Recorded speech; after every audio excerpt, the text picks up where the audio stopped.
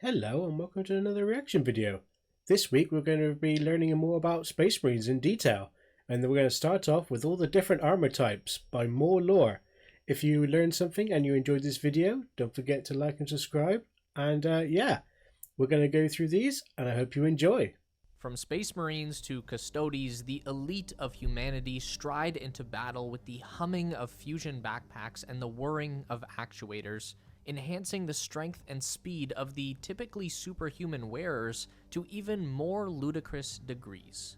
Each of these suits is a precious relic, so pay close attention. We're not likely to get permission from the Inquisitors to do this sort of breakdown again. These are the power armor suits let's of learn the about some Imperium, Space Marines. starting with the armor that became the Mark I. Thunder Mark I. This is the very first powered suit of its kind, and even before it was given the nickname Thunder Armor by the Emperor's lightning bolt-adorned soldiers, this armor was in use by almost every warlord on Old Terra. A thick breastplate protects the most important parts of the soldier wearing it and covers the many cables which transmit power to the arms from a microfusion reactor stored in an armored backpack. A backpack that is far bulkier and louder than later Marks, with well over half of its volume taken up by the cooling systems so this one's required to keep more the like suit an exosuit. operational. The arms themselves are the real powered part of this early mark of power armor, with the backpack supplying enough energy to the crude fiber muscles to increase the user's strength by up to 4 times their normal levels. In the original Mark I suits, these were the only parts to be armored so thoroughly, with maybe a helmet and codpiece to help protect other vulnerable parts, making the Thunder armor not much better for protection than modern Carapace armors. They weren't even sealed.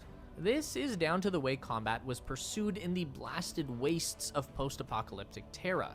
Techno-barbarian warlords who built and distributed the original version of this armor preferred close-in fighting through the various ruined cityscapes, tunnels, and drifting space hulks that dotted the area around Terra, and the pressurized habitats of the Moon and Mars. That all changed when the Emperor decided to take charge of humanity's destiny, showing up on the scene with his proto-Space Marines, the Thunder Warriors, who were entirely clad in the newest Mark I I've power heard of armor, these guys. complete with greaves that kept the legs of his troopers from getting slashed or shot. Sure, they may not have been powered, but the introduction of leg armor was apparently so revolutionary that most of the Emperor's enemies started using the newer versions as well, right up until he defeated them, of course. Thunder armor may be rudimentary, but no other powered suit would exist in the Imperium today without the very first power armor protecting the Thunder Warriors who retook Terra. That's a really cool design. The Mark II power armor was the first suit made specifically for the newly created warriors of the Adeptus Astartes. I've seen ones, yeah. Referred to as I've seen this specific artwork. For the fact that it was designed to protect the Emperor's warriors during the Great Crusade, the Mark II is the first fully enclosed suit, which for the first time allowed the Emperor's elite forces to fight in toxic atmospheres, survive poisonous attacks, and even advance through the void of space. Thanks to the new alliance with the Mechanicum of Mars, the Imperial forces were able to make use of the more sophisticated techniques and deeper knowledge of the tech priesthood, resulting in a more efficient backpack power source that allowed for armored cooling zones for all but the legs, which was a small price to pay for finally getting powered leg armor. The plating itself was created using bands of articulated hoops for increased maneuverability without having to give up any protection. Joints. A feature that makes really Mark II armor still competitive well into the 42nd millennium, I even always though thought it that was also like makes a the suits hard rubber. to repair. And that's just the raw armor. Or like Thanks to the Kevlar. Astartes physiology, including the Black Carapace, which allows a Marine to fully integrate with their armor, the Mark II was able to include a neural link, allowing the wearer to feel the armor like a second skin and use the sensory systems embedded in the helmet to see and hear as though they weren't even wearing one. This came into play with deadly efficiency during the final moments of the it moves when Wars, they think rather the than they're Emperor moving their first fielded body. his new That's Astartes really warriors clever. to combat a coup led by disgruntled Thunder Warriors.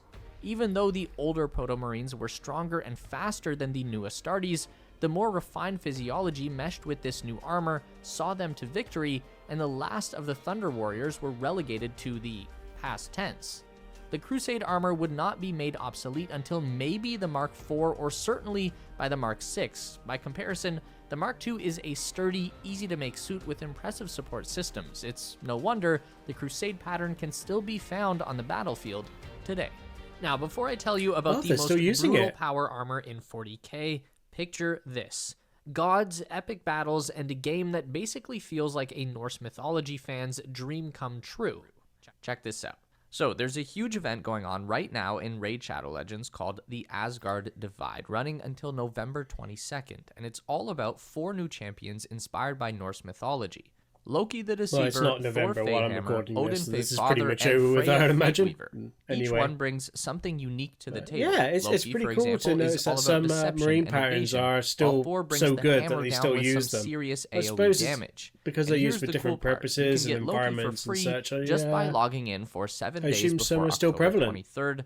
Plus, there's a limited time dungeon where you'll go up against Odin himself. Trust me, it's a lot of fun. I've been trying out different champions and team 10, combos, I think it's called, and these new characters add a pretty fresh much superseded twist to the everything, game. or most I love of them experimenting anyway. with different combinations, especially in the dungeons and PvP battles. If you're into we'll strategy and building the perfect squad, it's definitely worth checking out. So click the link in the description or scan the QR code on the screen to get started. You'll also get a starter pack with the epic champion Grizzled Jarl, and you'll get another starter pack after reaching level 15 that includes an epic knight errant from the Bannerlords faction as well. And don't forget to join my Clan Red Squadron so we can team up in the game. Stomping up next is the Mark III, or Iron Armor. Iron Mark III. The iconic brutal look of this suit is due in large part to the broad and thick frontal armor plates. I think I've seen these on the more Iron Warriors agile, quite a lot. bands that made up its predecessor. This, of course, means that the Mark III is much more lumbering and stiff to maneuver, but that's not a problem when used for its intended purposes. You see, the Mark III isn't a true replacement for the Mark II. It was designed for a very specific purpose and meant to be used alongside the older Crusade pattern. During the opening years of the Great Crusade, the warriors of the Adeptus Astartes found that in order to fulfill their duties as the tip of the Emperor's spear, they would often have to fight through cramped tunnels and ship hallways or tight spaces. And so the definitely Martian need tech some more adepts armor. came up with this modified Mark II design, featuring much heavier plates on the front in order to Especially if better you can't protect hide the wearer behind from anything. focused enemy fire in those cramped situations where there's no cover and no strategy other than move forwards. For that reason, the Mark III was the first power armor that was mass-produced, and so was one of the most widely available patterns throughout the Great Crusade. Eventually, legions using the iron armor extensively could either be picked out as unsophisticated fighters, or as soldiers who had earned the displeasure of War Master Horus in some way, as he controlled the distribution of newer armor and other material, and so was able to mark out his clear favorites with better gear. So the better one's got the better armor. This set the stage for the Horus Heresy, with many of the loyalist forces having been starved of newer armor. However, this still didn't give enough of an advantage to the Arch Traitors' forces, for reasons we are about to see. As its name would suggest, the Mark IV Maximus pattern armor was intended to be the final and perfected version of Astartes' power armor. The many advancements discovered and put into practice during the course of the Great Crusade resulted in several leaps forward in power armor technology, all of which combined to make an incredibly advanced suit. Here is where we start to see some of the familiar characteristics of what we are more used to in Space Marine armor. The banded and thick plating of the Mark II and III give way to the flat, smooth shapes of later armor sets. These larger expanses of armor sacrifice some mobility, but not a lot, especially when combined with the new flexible joints to aid in movement. New ways of armoring power cables meant they didn't have to be hidden under the chest plate anymore, and so weight was further reduced. And finally, one of the biggest advancements came from the new helmet.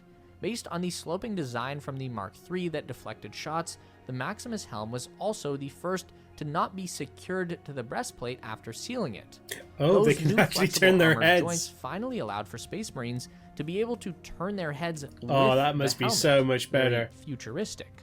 The big problem with the Mark IV was that while its basic construction was easier to maintain than the previous Marks, the Maximus was made to be top of the line with the best technology the Imperium had to offer at the time, and while that was great when supply lines were stable, This obviously wasn't a possibility replacing after parts the is Horus gonna Heresy get a pain in began. the ass. Once the fighting broke out, the legions who had been equipped with a large amount of these new armor sets found that they could not find the rare parts needed to keep their higher functions running, leading to an age of improvisation. The Heresy pattern suit is a bit of a misnomer. It's not really a standard mark of power armor in and of itself. Rather, it is the result of needing to cobble together a sturdy, dependable, and most importantly, easy to maintain piece of war gear at a time when supplies were scarce. As its name would suggest, the suit that became the Mark V was developed during the Horus Heresy, and even though the majority of Heresy pattern suits were built and maintained entirely in-house by the Warring Legions, there was an attempt to codify a standardized version of the armor for easier production.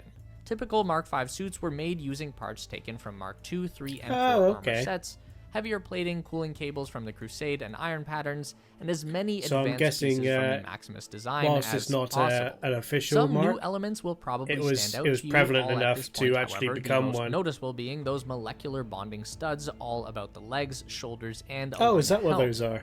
These studs are an ablative layer that is designed to break off in response to massive damage as opposed to absorbing it. Unfortunately, they were also heavy, leading to the need for more power cabling to be added to transfer more energy from the backpack to the arms and legs, leading to more weight. You get the idea. Still, the extra protection was needed, and so the studs kept being used. Legions started attaching these studs as a way to protect their warriors from heavy penetrating weaponry of their former allies, as marine-on-marine combat hadn't been common before now, and previous armor sets hadn't been built for this sort of fighting. The other entirely new element added to the Mark V was the new helmet. Easily the most difficult thing to maintain from the Mark IV suits, the Heresy pattern opted to use a helmet from the Tactical Dreadnought design program that hadn't made the cut. While it wasn't good enough for the new Terminator suits, this helmet gave the Mark V a sturdy and capable alternative to the advanced Maximus helm that was getting hard to replace at this point. Now, it's not like Astartes legions had never been forced to retrofit new armors using parts before, but it was a very finicky process. The machine spirits of various suits don't like working together, and that leads to malfunctions. However, the deparation of the Horus Heresy bred this new suit that was not just easy to build without the need of a forge world, but could be supplemented with spare parts from other suits relatively It makes sense easily. on a battlefield. And that's you need why the quick Mark repairs. V ended up lasting long enough to gain an official entry into the long line of power armor variants. Regardless of the dark times it was designed for, the suit was adaptable and can still be found on some Marines to this day. As it became clear to the Imperial armor designers that the Mark IV was too complex and advanced to produce and maintain, a secret project was started that would eventually lead to one of the most versatile suits ever conceived. The B-keys. The Mark VI was at one time labeled the Mark V before the Heresy pattern was created as a stopgap measure, but from even before the end of the Mark IV's production, the armor that would become the Mark VI was in secret development and being field tested by the Raven Guard Space Marine Legion. The Mark VI was meant to use all those amazing technological advancements that went into the Maximus pattern, but this time focus on being robust, simple to produce, and have the ability to easily replace parts. And so, while the armor included new redundant power systems that allowed it to more efficiently transfer energy across the suit, and high-precision auto-sensors housed in the conical beak-like helmet, the Mark VI also incorporated pieces of older designs in a way that made it robust and easy to maintain if supplies were low. It's very modular. The most obvious example was the inclusion of molecular bonding studs, usually on the left shoulder pad and sometimes the legs. This was of course taken from the Heresy pattern armor and used for the same reason.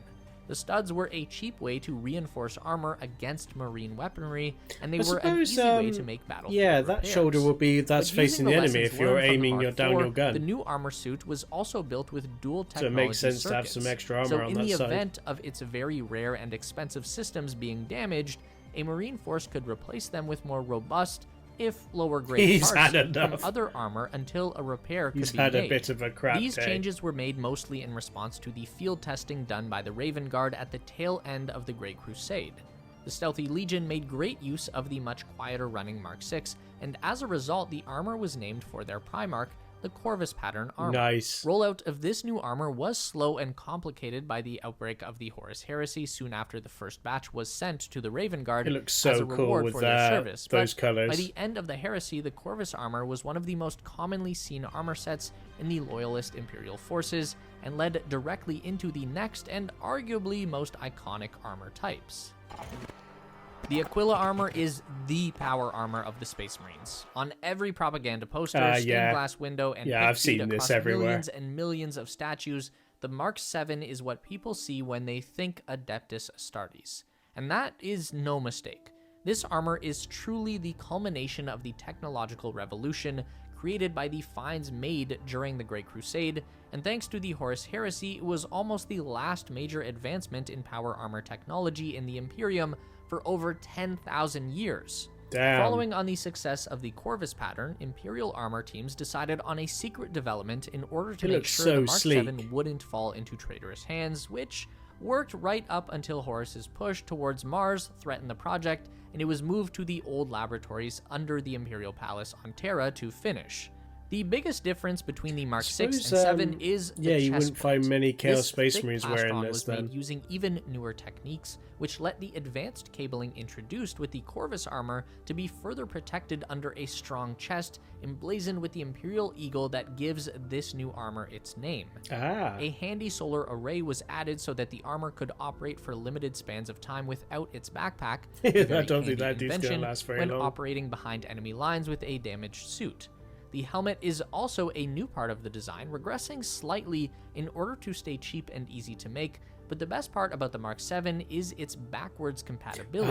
Nice. Taking lessons from the Heresy pattern armor, So you can the use Aquila older armor patterns. is able to incorporate parts of the most previous marks with a bit of work. Although since it was made with most of the advancements from the Corvus armor, the Mark 7 is completely interchangeable with no effort for that particular armor type. That's really Having been smart. delivered in secret to the Imperial Palace and finished hurriedly just ahead of the fall of Mars and the siege of Terra itself, the Aquila pattern was just starting to be rolled out to Loyalist forces during the most desperate moment in the Imperial struggle for survival, and it shined. The Aquila would stand tall for 10,000 years and be used as a base for many other armor types, truly the pinnacle at least until Belisarius Cawl showed up with his Primaris Marines. We're cheating nice. again here, but since it has its own designation, the Errant Mark 8 armor. Errant armor gets its own entry.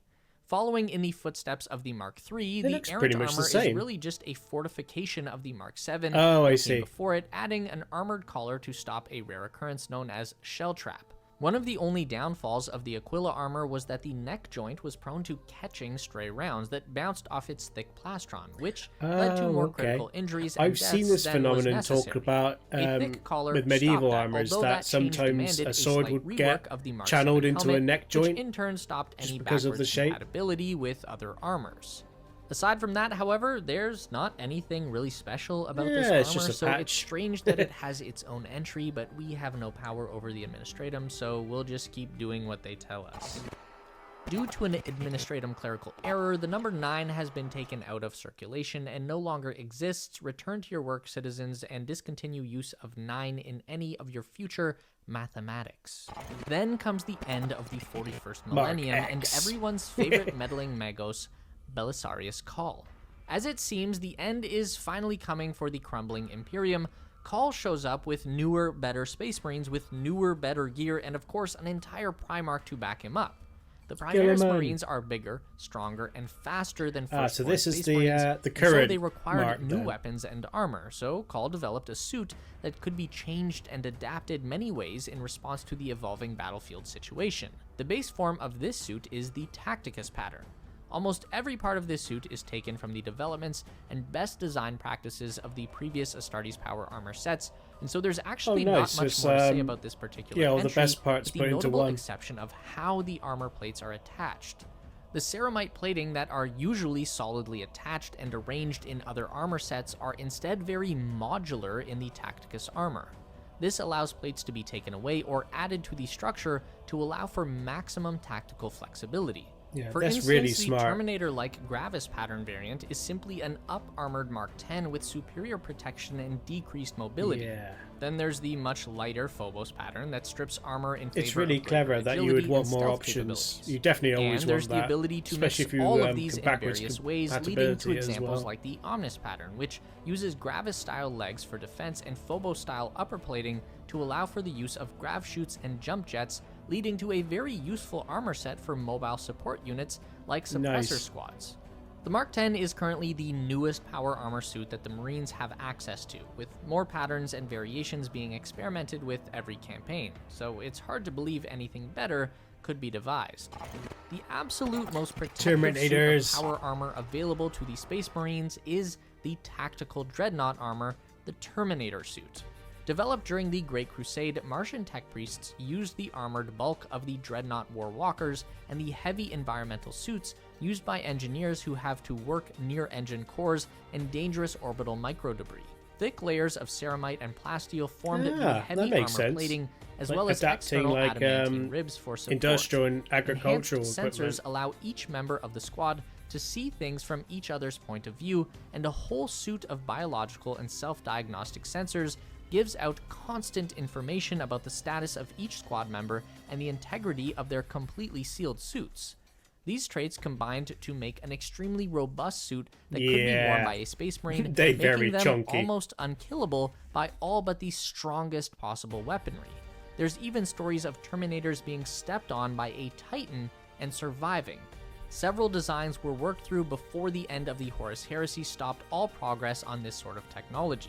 The Cataphracti and then the Tartarus and finally the Indomitus patterns were and still are used to great effect as line breakers. The huge, thick plates made of layer after layer of ceramite and plasteel meant that if a that's squad one of them. It's Terminators just going to appeared cause you somewhere, endless trouble. the enemy was as good as dead. And they did tend to appear, each suit having been equipped with extremely rare teleport homers that allowed Terminator squads to simply port down to a specific spot on the battle line with a crackle of lightning. It wasn't always spot on, but Terminator Marines were but it's well definitely trained gonna to ruin make your the most day. of wherever they ended up. There are some rumors that the tactical dreadnought Damn, armor look was how big originally they are. developed to replace all other Astartes armors, meaning that the Emperor would have loved to have his millions of Space Marines to be thundering towards his enemies, wearing nothing but these extremely Holy tough crap. suits. Just And, imagine well, that, if just that isn't just endless the most terrifying thought, Terminators. we're not sure what else qualifies. Thankfully for the enemies of the Imperium, creation of the extremely complex systems of this armor kept it from being mass-produced, and so each Terminator armor set in existence is a prized and cherished relic. The Space Marines aren't the only super soldiers in the Imperium, of course, and so this list wouldn't be complete without at least a passing mention of the Adeptus Custodes and their auric armor.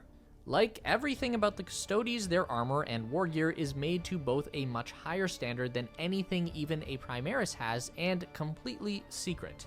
We do know that each set is handmade and forged using auramite rather than the standard ceramite used by almost everything else in the Imperium. This makes the armor much stronger and lighter, as well as making it look as though it were forged from pure gold. The basic suit, if it could indeed be said to be basic at all, is a work of Baroque art, including the full name of the Custodes warrior who wears it, an air supply, and a built-in grab chute for drops.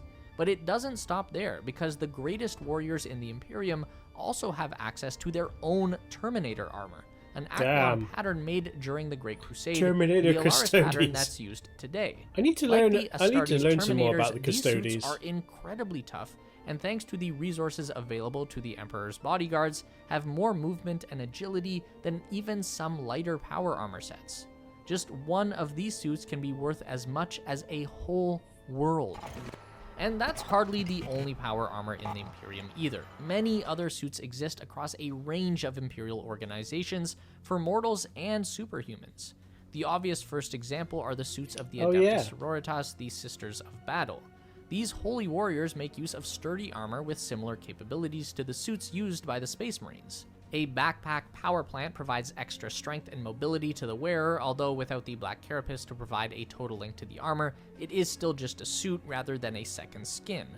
Rogue traders and some inquisitors often hope to gain a power armor suit very similar to this, and these are often eclectic and impressively decorated. Inquisitors preparing to engage demons in close combat might gain access to the Holy Warded Malleus power armor. This is specifically made to fight the unholy denizens of the Warp. Similarly, the Astartes warriors of the Grey Knights make use of the Aegis power armor, which are essentially modified marks of regular Space Marine power armor with added spiritual protections and the inclusion of psychic hoods that protect the powerful Grey Knights while they against use demons their and powers. stuff.